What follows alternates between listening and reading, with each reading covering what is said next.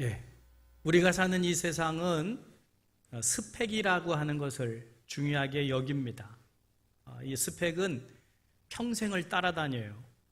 그리고 그 스펙 때문에 나를 어느 정도 나의 가치를 증명해 주기 때문에 요즘 젊은이들은 스펙 쌓기 전쟁을 하고 있습니다.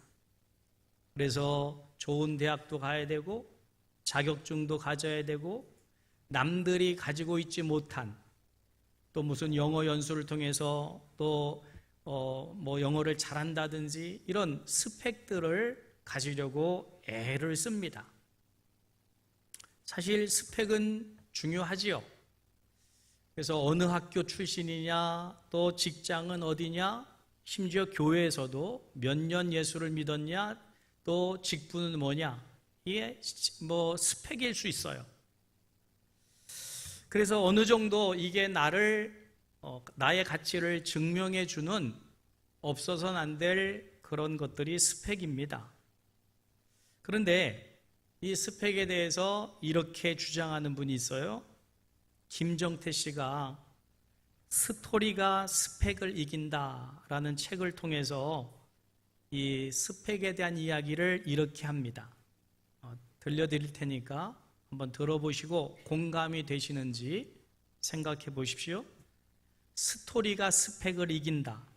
아니, 더 정확하게 표현하자면 스토리는 스펙을 이길 수밖에 없다.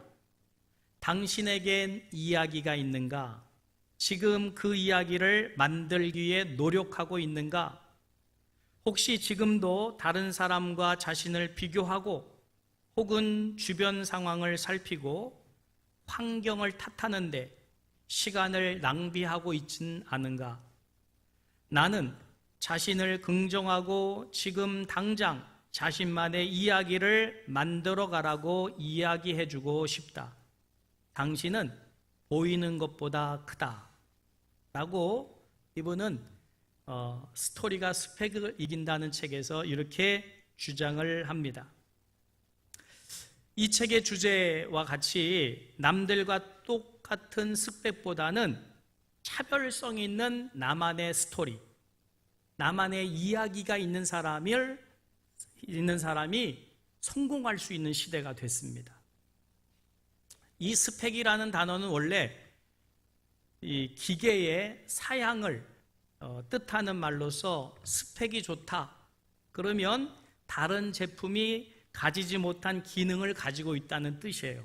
그래서 요즘 나오는 전자제품들은 스펙이 굉장합니다. 요즘 없어서는 안 될 게 에어컨인데 에어컨 없는 분들이 얼마나 힘들까 싶어요. 이 본당은 아주 천국입니다. 얼마나 시원한지요. 근데 이제 본당에도 에어컨이 2대가 있는데 이건 스펙이 낮은 거예요. 왜냐하면 20년 전 거라서 스펙이 아주 낮아요. 에어컨 기능밖에 안 해요.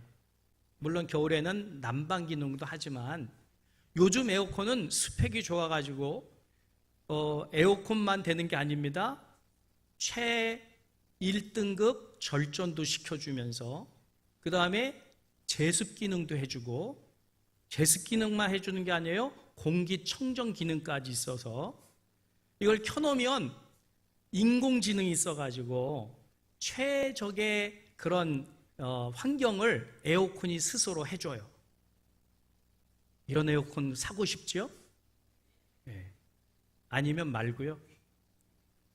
스펙이 좋다는 것은 기능이 좋다는 거예요. 자동차도 요즘은 이제는 스펙이 굉장히 좋아져가지고 인공지능 자동차가 나와서 그러니까 주차할 때도 여러분 신경 쓸 게 없습니다. 버튼만 누르면 자기가 주차를 해요. 아무리 좁아도 자동차 들어갈 수 있는 곳만 있으면 지가 찾아 들어가고 사람이 못 들어가죠. 너무 좁으니까. 수치만 넣으면 자기가 나옵니다. 그럼 사람이 타고 가면 돼요. 아직은 완전한 인공지능이 아니라서 사람이 타서 어느 정도 핸들만 컨트롤 해주면 자기가 앞차 뒤차 간격 다 살피면서 가는 자동차가 나왔어요. 굉장히 스펙이 좋은 자동차가 우리에게 편리를 주고 있지요. 자, 그래서 이 스펙이라고 하는 것은 뭐 과학이 발달하면 날이 가면 갈수록 좋아지겠지만 사람은 스펙이라는 것이 어느 정도 거의 뭐 비슷비슷합니다. 예를 들어서 좋은 대학 나왔다. 그 사람들은 또 그 무리들이 다 있으니까 뭐 그게 특별한 그것은 아니지만 이 스토리라고 하는 건 전혀 달라요. 나만의 고유의 것이 될 수가 있어요. 그래서 스펙보다는 스토리를 더 중요하게 여기는 시대가 되었다라고 하는 건데, 스펙은 최대, 최고, 최초 이런 것을 지향하지만 스토리는 유일한, 독특한, 특별한 것 같은 것들을 지향하는 어느 정도 감성이 거기 깃들어 있는 더 이게 인간적인 이런 것들을 나타냅니다. 스펙은 남들을 경쟁 대상으로 보고 내가 다른 사람들보다 나아야 되기 때문에 나의 성공과 나의 기쁨을 위해서 스펙을 쌓아가는 거죠. 그러나 스토리는 남만 기뻐하는 게 아닙니다. 이 이야기는 모든 사람을 기쁘게 하고 스토리 속에서는 모두가 다 주인공이 될 수 있어요. 그래서 오히려 이야기 속에서는 약점이 강점이 될 수 있고 그 약점이 오히려 이야기거리가 될 수도 있는, 그래서 이 스토리라고 하는 것은 대단히 중요합니다. 그러니까 스펙이 남들에게 비교해서 좀 부족하다고 기죽지 마시고 나만의 독특한, 나만의 정말 유일한, 나만의 특별한 가치 있는 이야기를 만들어가는 인생을 사시기를 주님의 이름으로 축복합니다. 나만의 이야기가 있는 인생이 더 값진 인생이 될 수 있어요. 자, 그런데 나만의 이야기라고 해서 나 혼자 만들어갈 수는 없어요. 왜냐하면 사람은 돌멩이가 아니지 않습니까?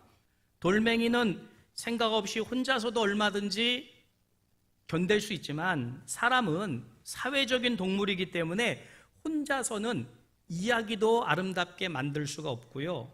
혼자 살아가기가 불가능합니다. 돌도 사실은 혼자 있는 것보다도 주변에 나무가 있고 또 냇가 속에 있다면 그 돌은 또 물소리를 만들어낼 수 있으니까 혼자 있는 것보다는 어울려 있는 게 좋겠죠. 나무도 나무 한 그루 있는 것보다 나무들과 어울려 있었으면서 숲을 이루고 있을 때 그 숲 속에 새들도 살고 동물도 살고 또 별들도 존재할 때 더 아름다운 것 같이 사람도 자기가 원하는 최상의 그런 환경을 유지하고 사는 것을 원하지만 혼자 사는 것은 맛이 없어요. 그리고 이야기를 만들어내기가 굉장히 어려워요. 또 이야기를 가지고 있더라도 남이 들어주지 못하니까 그건 사실은 별 볼 일 없는 것이 됩니다. 그러니까 우리가 이야기를 만들어가는, 나만의 이야기를 만들어가지만 사실은 관계 속에서 이야기를 만들어가는 거예요. 예를 들자면 에덴 동산에서 하나님이 온 우주 만물을 창조하시고 제일 마지막에 지으신 게 누구지요? 사람인데 아담을 지으셨죠. 아담. 거기는 최고의 파라다이스예요. 거긴 미세먼지도 없습니다. 거기는 태풍도 없어요. 이렇게 어마어마한 이 뭐라 그러죠? 지금 더위, 폭염도 없고요. 농약을 치지 않아도 달마다 계절마다 열매를 맺고요. 또 뭐 보석같이 맑은 그 강이 흐르고 새들이 지저귀고 나비들이 춤추고 별들이 가득하고 뭐 하늘에서 막 별들이 밤에는 쏟아지고 뭉게구름이 떠 있고 산들바람이 불고 그야말로 최상의 조건이에요. 최상의 아름다운 파라다이스. 거기서 사는 아담이 얼마나 행복했을까요? 아니요, 행복하지 않았어요. 쓸쓸해 보였어요. 그래서 하나님이 그 에덴 그 천국을 돌아다니는 아담을 보니까 이 뭔가 허전한 거예요. 외로워 보이고 쓸쓸해 보이고 애처로워 보이는 거예요. 아담 스스로도 그렇게 행복하지가 않았습니다. 그래서 하나님께서 아담을 잠들게 하시고 그 갈비뼈를 하나 취하셔서 하와를 지으셨지요. 하나님은 최고의 마취과 의사시고 최고의 외과 의사세요. 잠 잘 재우시고요. 그 다음에 이 분명히 갈비뼈를 빼려고 하면 이걸 찢었을 텐데 상처도 없고, 그래서 아주 최고의 의사시죠. 이 마취에서 깨어난 아담이 난생 처음 여자를 봤어요. 와, 세상에 김태희가 이렇게 아름다웠을까요? 산소 같은 이영애가 그렇게 아름다웠을까요? 너무 아름답고 좋아서 이는 내 뼈 중에 뼈, 살 중에 살이라고 하면서 그 여자와 그 에덴 동산에 살 때 비로소 행복했다는 거지요. 행복한 삶을 살게 됐어요. 자, 그런데 제가 생각할 때 아담도 최고의 남자일 겁니다. 비교가 안 되겠지요? 남자 하나밖에 없으니까. 여자도, 하와도 최고의 선남선녀가 만났으면 제 생각에는 둘만의 아름다운 사랑의 좋은 이야기를 만들어냈어야 되는데 어떤 이야기를 만들어냈을까요? 죄 짓는 이야기.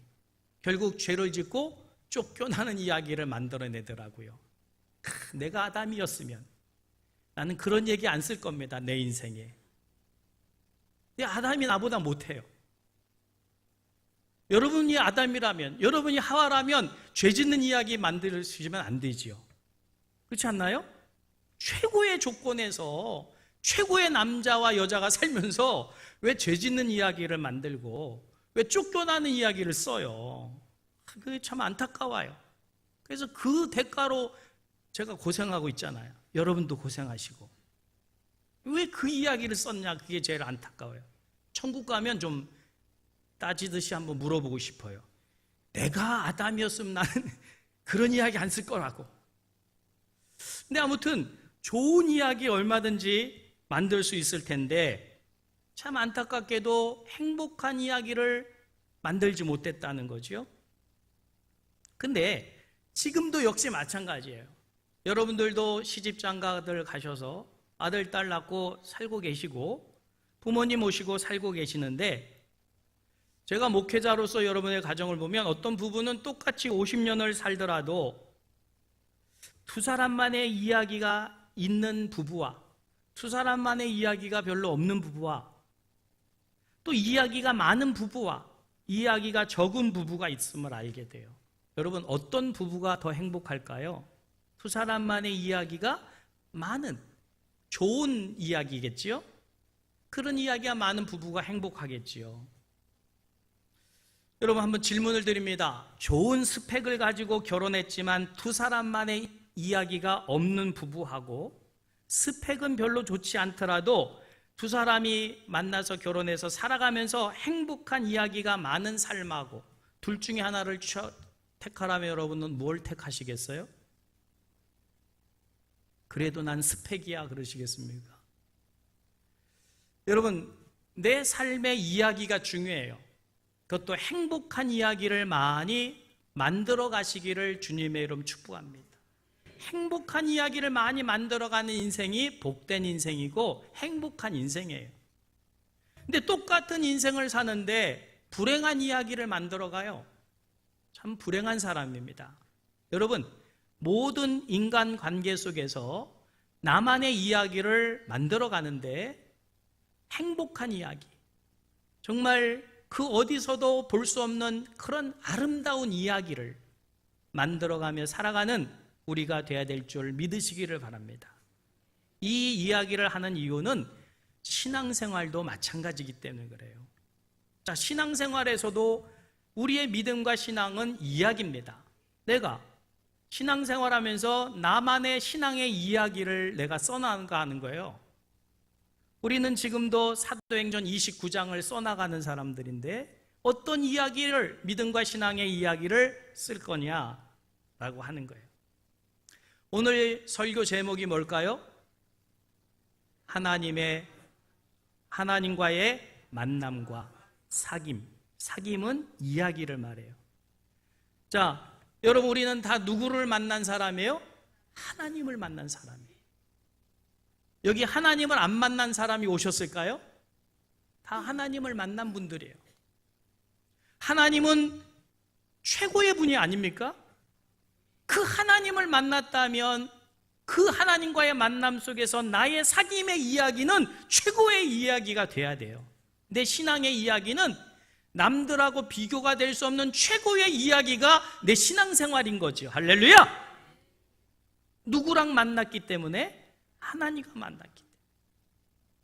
그러면 하나님을 만나서 신앙생활하면서 복받은 이야기, 또 하나님의 은혜를 받은 이야기, 또 그 열매로 인하여서 풍성해지한 이야기, 얼마든지 좋은 이야기들을 많이 쓸 수 있는데, 하나님을 만나가지고도 죄를 짓고 하나님을 만나가도 저주를 받고 이런 이야기를 쓰면 그거야말로 실패한 사람 아니겠습니까? 여러분, 하나님이 우리를 만나 주셨어요. 사실 우리는 하나님을 만날 수 있는 자격도 없는 사람이에요. 하나님 우리를 만나 주셨기 때문에 우리가 하나님을 만나게 된 거예요. 믿습니까? 그럼 하나님이 우리를 왜 만나 주셨을까요? 사귀려고 만나신 거예요. 하나님이 우리를 만나신 것은 우리와 사귀려고, 사귐의 이야기를 우리에게 갖게 하시려고 하나님이 우리를 만나 주신 줄 믿으시기를 주님의 이름으로 축복합니다. 그래서 너희를 불러 그의 아들 그리스도 우리 주로 더불어 교제케 하시는 하나님은 미쁘시도다. 하나님은 독생자 예수님을 우리에게 주셔서 그 예수님을 만남으로 인하여서 최고의 신앙의 이야기를 써나가라고 우리를 만나 주신 거예요. 할렐루야! 이럴 때는 아멘 아멘 해야 되는데, 건강하세요, 돈 버세요 그러면 아멘 해도 이런 얘기는 별로 아멘을 안 하셔요. 자, 근데 하나님께서 우리를 친구 삼아 주시는데 이 친구를 보통 친구가 아니에요. 요한복음 15장 15절에 보면 이제부터는 너희를 종이라 하지 아니하리니 종은 주인의 하는 것을 알지 못함이라. 너희는 친구라 하였노니 내가 내 아버지께 들은 것을 다 너희에게 알게 하였음이니라. 할렐루야! 예수님이 우리의 친구 되어 주시고는 하나님 아버지의 비밀을 우리에게 다 알려주셨다는 거예요. 그래서 우리는 천국 비밀을 압니다. 지옥의 비밀을 압니다. 재림의 비밀을 압니다. 내일 영생의 비밀을 압니다. 이게 얼마나 값진 거예요. 아무나 모르는 거예요. 친구인 우리에게만 알려주신 하늘의 비밀이에요. 여러분, 친구 사이도 아주 가까운 친구가 있고 그냥 대충 듬성듬성하는 친구가 있겠지요. 어떻게 나눌 수 있을까요? 가까운 친구일수록 비밀이 있을까요? 없을까요? 없어요. 친구라지만 비밀이 있는 친구는 사실 가까운 친구가 아니에요. 하나님 우리에게 감추질 않으셔요. 하늘 아버지의 모든 비밀을 다 알려주셨어요. 할렐루야! 왜 알려주셨을까요? 그 비밀을 알고 하나님과 신앙생활하면서 사귀어가면서 하늘의 이야기를 써나가라고요. 감동이 안 되시나? 하늘의 이야기를 만들어 가시라고 천국 비밀을 알려주셨다니까요. 그럼 이 천국 지식을, 천국의 비밀을 알고 있는 나는 오늘 어떤 이야기를 써나가야 됩니까? 어떤 이야기를 만들어야 됩니까? 정말 남들이 상상할 수 없는 그 놀라운 은혜 받은 이야기, 그리고 예수님을 만나서 거듭나고 변화된 정말 승리의 이야기들을 얼마든지 써나갈 수 있어야 되는 거지요. 여러분, 우리는 약하지만 우리 주님은 강하시기에 우리는 주님과 동행하다 보면 점점 하나님의 능력을 힘입게 되고 말씀의 능력을 힘입게 되고 주님과 함께함으로 해칠 자가 없게 되고 결국은 주님과 함께 걷다 보면 그 천국에 들어갈 수 있는 놀라운 이 만남을 우리에게 허락해 주셨음을 믿으시기를 주님의 이름으로 축복합니다. 자, 여러분, 사람과의 사귐도 중요하지요. 사람과의 사이도 중요합니다. 그런데 사람과의 사이도 중요하지만 더 중요한 것은 하나님과 나와의 사이가 더 중요한 거예요. 근데 사람과의 사이만 중요하다고 하나님과의 사이를 끊어버리면 어떻게 될까요? 아담처럼 됩니다. 자, 아담이 사람과 사귀기 전, 하와가 없기 전에는 비록 외로워 보여도 죄짓지 않았어요. 그는 하나님과 교제하고 있었어요. 사귐이 있었어요. 근데 하나님이 여자를 창조해 주니까 이 아담이 하나님과 사귐보다 여자와 사람과의 사귐을 더 중요하게 여기는 거예요. 그리고 여자의 말을 더 들어요. 분명히 하나님과의 사귐 속에서는 하나님이 어떻게 하라고 말씀하셨어요? 선악을 알게 하는 나무와 생명의 나무의 실과는 먹지 말라. 이게 하나님과의 사귐 속에서 있는 약속이에요. 근데 사람에게 더 집중을 해요. 사람이 더 중요한 거예요. 사람의 이야기를 더 들어요. 결국은 어떻게 됩니까? 따먹게 되잖아요. 그렇게 되면서 아담은 인생의 실패 이야기를 쓰게 되는 모습을 봅니다. 여러분, 우리가 내 이야기를 만들어가는데 사람들 중요합니다. 그러나 사람보다 더 중요한 것은 먼저 하나님과의 나와의 사귐이 끊어지지 않아야 돼요. 이게 분명히 온전히 서 있을 때 사람과의 사이도 온전해지고 그 이야기도 행복한 이야기가 되어지는 거지요. 믿으시길 바랍니다. 그런데 대부분 하나님과의 사귐은 뒷전으로 넘겨놓고 사람의 사귐에 더 관심을 기울이게 되면 어떻게 될까요? 아담같이 돼요. 그러니까 내 신앙의 아름다운 이야기를 만들어내기 위해서 하나님은 우리와 사귐을 허락해 주셨어요. 믿으시길 바랍니다. 이 어마어마한 축복이에요. 하나님과의 사귐 속에서 사람과의 사귐의 아름다운 이야기를 만들어낼 때 그게 가장 가치 있는 이야기가 되는 거예요. 복된 이야기가 되는 거예요. 하늘의 상급을 쌓는 이야기가 돼요.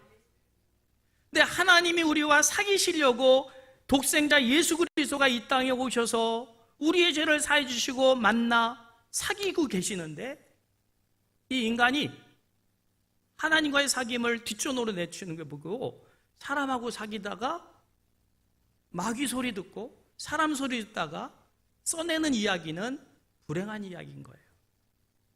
여러분, 오늘 본문 말씀을 통해서 요한 사도는 우리가 똑같이 믿는 하나님을 사귀면서 아주 특별한 이야기를 만들어냈어요. 이 이야기를 여러분에게 전해드리고자 하는 거예요. 사도 요한은 똑같은 하나님입니다. 우리가 믿는 똑같은 하나님을 사귀는데 어떻게 이런 이야기를 써낼 수 있을까? 우리는 좀 본받을 필요가 있어요. 그리고 나도 이런 이야기를 쓰는 신앙인이 돼야 된다라고 하는 깨달음을 얻는 시간이 되시기를 주님의 이름으로 축복합니다. 그러면 요한 사도는 주님과 어떤 사귐을 맺었을까? 첫째, 생명을 얻는 사귐을 맺었어요. 1절, 2절 같이 읽겠습니다. 시작. 태초부터 있던 생명의 말씀에 관하여는 우리가 들은 바요, 눈으로 본 바요, 자세히 보고 우리의 손으로 만진 바라. 이 생명이 나타난 바 된지라. 이 영원한 생명을 우리가 보았고 증언하여 너희에게 전하노니 이는 아버지와 함께 계시다가 우리에게 나타나신 바 된 이시니라. 할렐루야! 요한은 우리가 믿는 예수님을 만나면서 그 예수님과 사귐 속에서 뭘 얻었어요? 생명을 얻었어요. 생명을 얻는 사귐을 맞은 거예요. 할렐루야! 예수님을 통해서 생명을 얻게 된 이 사도 요한은 기쁨이 넘쳤어요. 여러분, 요한 사도는 반모섬으로 유배당했다가 세상을 떠난 분입니다. 자, 그런데 이 세상의 삶의 것들과는 상관없이 예수 그리스도 통해서 생명을 얻고 나니까 그 생명을 통해서 얻은 기쁨은 세상 것으로는 비교할 수 없는 생명의 기쁨이었던 거예요. 그래서 내가 들은, 내가 만지게 된 이 생명은 너무나도 귀한 것이니 이제 예수를 만나는 모든 사람들은 이 생명의 주님을 만나라고 요한은 이렇게 말씀하고 있는 건 아닙니까? 이 생명이 우리에게 나타나셨다. 이 생명의 그 이야기를 가져라, 이런 말씀입니다. 여러분, 생명이 없는 데는 기쁨이 없어요. 생명이 있어야만 기쁨이 있는 거예요. 지난 월요일 날 노회찬 의원이 자살했지요. 참 얼마나 마음이, 저는 그분이 속해 있는 정의당 때문에, 죄송합니다, 이런 발언하면 안 되지요. 개인적으로는 참 좋으신 분이에요. 본받을 만한 분이고 검소한 분이시고 참 괜찮으신 분이에요. 근데 이분의 죽음으로 인해서 많은 사람들이 슬퍼했지 기뻐한 사람이 있을까요? 죽음 속에서 기뻐하는 사람이 있다면 빨리 정신병원에 가보셔야 돼요. 정상이 아니에요. 죽음에서는 기쁨이 없어요. 그러나 생명 속에는 기쁨이 있습니다. 믿으십니까? 그것도 영생의 생명에는 최고의 기쁨이 있는 줄 믿으시기를 주님의 이름으로 축복합니다. 기쁨은 언제나 생명력이 있는 곳에 생겨나요. 그래서 하나님은 독생자 예수를 통해서 영원한 생명을 우리에게 주심으로 최고의 기쁨을 맛보라고 독생자 예수님을 우리에게 보내주신 줄 믿으시길 바랍니다. 그러면 그 예수님을 만나서 생명의 기쁨을 간직한 우리는 우리의 믿음의 생활 속에서 어떤 이야기를 써내야 되느냐? 저는 누가복음 7장에 보면 죄 지은 한 여인이 예수님이 오셨다는 얘기를 듣고 향유옥합을 가지고 와서 누가복음 7장 38절에 보면 예수의 뒤로 그 발의 곁에 서서 울며 눈물로 그 발을 적시고 자기 머리털로 닦고 그 발에 입 맞추고 향유를 부었다 그랬어요. 300데나리온. 여러분, 한 데나리온이면 1년치 월급입니다. 그러니 얼마나 값진 향유예요. 그거를 생명을 얻고 나니까 생명의 기쁨 속에서는 세상적인 게 가치가 없어요. 그래서 생명을 주신 예수님께 깨트려서 발에 붓고 머리털로 닦는 거예요. 이게 생명을 얻은 사람이 쓸 수 있는 이야기인 줄 믿으시길 바랍니다. 생명의 이야기를 가진 자는 엄청난 이야기도 쓸 수 있어요. 세상을 변화시킬 수도 있고. 여러분, 우리는 생명의 그 어마어마한 그 은혜를 입어봤기에 이 세상에서 그 어떤 승리의 이야기도 쓸 수 있는 믿음의 사람이 되었는 줄 믿으시기를 주님의 이름으로 축복합니다. 그런데 생명의 이야기가 없는 사람이 있어요. 분명히 생명을 받았음에도 생명의 이야기를 못 쓰는 사람 중에 누가 있을까요? 에서 보세요. 태어날 때 자기 잘나서 장자 된 거 아니거든요. 그런데 장자로 태어나가지고 쌍둥이 야곱에게는 없는 장자의 특권을 받았어요. 그럼 이 특권 가지고 얼마나 아름다운 승리의 이야기를, 신앙의 이야기를 쓸 수 있을까요? 그런데 생명의 기쁨이 없다 보니까 팥죽 한 그릇에 장자권을 팔아버리잖아요. 얼마나 안타깝습니까?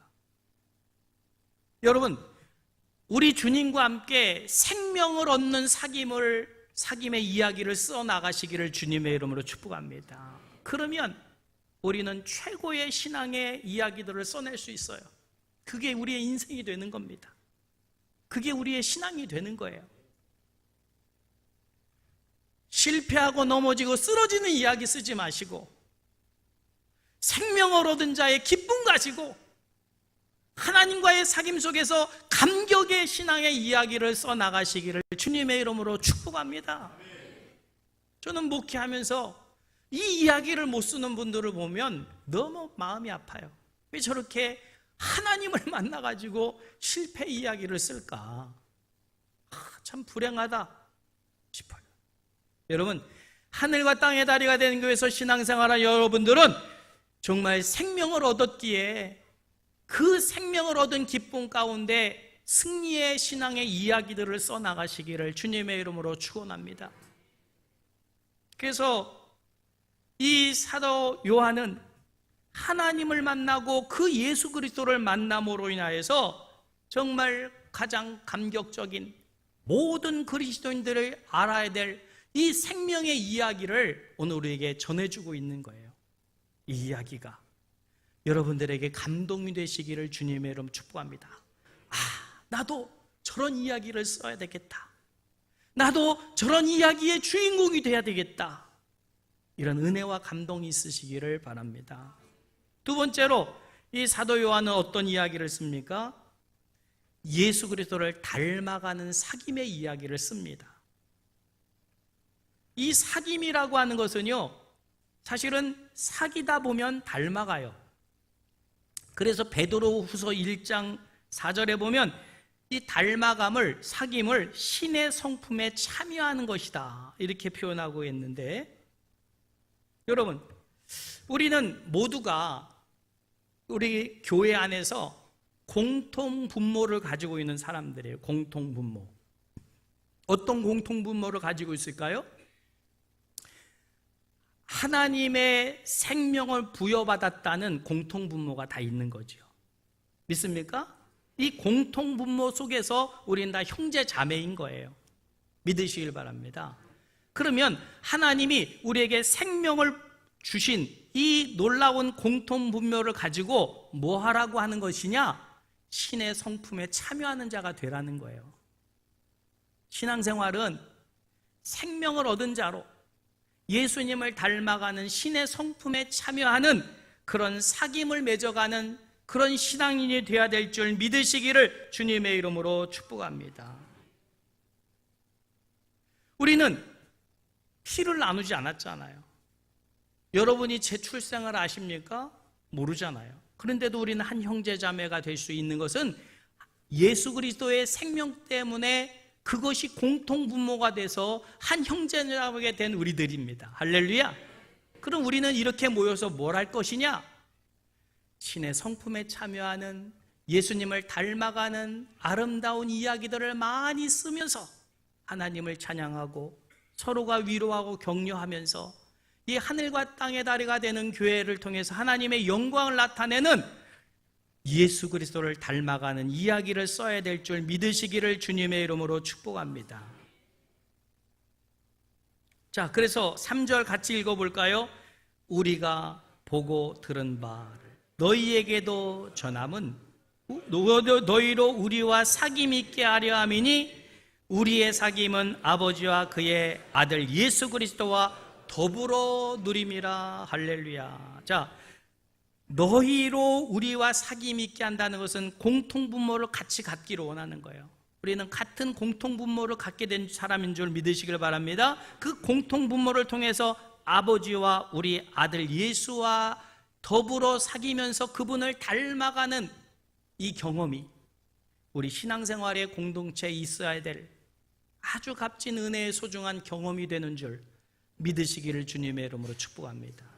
세 번째로 사도 요한은 이 엄청난 그 하나님을 만난 사귐을 통해서 열매를 맺는 사귐을 맺어갔다는 거예요. 열매. 여러분, 우리가 하나님을 만났다면 하나님을 만난 열매가 있어야 될 줄 믿으시길 바랍니다. 그 열매는 갈라디아서 5장에 나오는 말씀처럼 성령의 열매이기도 하지만 지금 사도 요한은 기세 열매를 맺고 있었다고 말씀하셔요. 7절 같이 한번 읽을까요? 그가 빛 가운데 계신 것 같이 우리도 빛 가운데 행하면 우리가 서로 사귐이 있고 그의 아들 예수의 피가 우리를 모든 죄에서 깨끗하게 하실 것이요. 할렐루야. 여러분, 빛을 만났습니다. 그러면 우리는 어둠에 속해 있던 자예요. 그런데 빛 가운데 들어와서 빛 가운데 행하게 되면 어떤 열매를 맺을까요? 빛의 열매를 맺는 거지요. 그래서 주님이 말씀하신 거예요. 너희는 세상의 빛이라. 어떻게 우리가 빛이 돼요? 빛이 될 수 없는 어둠의 존재였는데 우리를 빛 가운데 불러주셔서 빛과 동행하게 하시니 빛의 열매를 맺을 수 있다. 너희는 세상의 빛이다. 할렐루야. 이 열매를 맺으라는 거예요. 과연 나는 예수님을 만나서 빛이신 예수님과 동행하면서 빛 가운데로 행하면서 세상에 빛된 사명을 감당하고 있는 열매를 맺은 사람인가 살펴보실 수 있기를 바랍니다. 세상이 날로 죄악으로 어두워져 가고 있어요. 빛의 열매를 맺는 성도들이 적어지고 있어요. 세상이 죄로 관영해지고 있어요. 예수님 우리를 빛 가운데로 부르셔서 빛 가운데로 행하면서 너희는 세상의 빛이니 빛을 발하라고. 할렐루야. 이 빛을 발하는 성도가 되어야 될 줄 믿으시길 주님의 이름으로 축복합니다. 이 사람이 빛이신 예수님과 사귐 있는 사람인 거예요. 사귀다 보면 닮아가게 됩니다. 그래서 빛이신 주님을 닮고서 내가 빛의 그 역할을 감당하게 되고 소금의 역할을 감당하며 이 죄악이 관영한 세상에 진리의 빛을 비추는 교회로서 세상을 구원해내는 교회와 성도의 사명을 감당하기를 원하시는 줄 믿으시기를 주님의 이름으로 축복하면서 하나님과 기왕 만났으니 좋은 사귐의 믿음과 신앙의 이야기를 만들어가는 하늘과 땅의 다리가 되는 전국중앙교회 성도 여러분 되시기를 주님의 이름으로 축복합니다.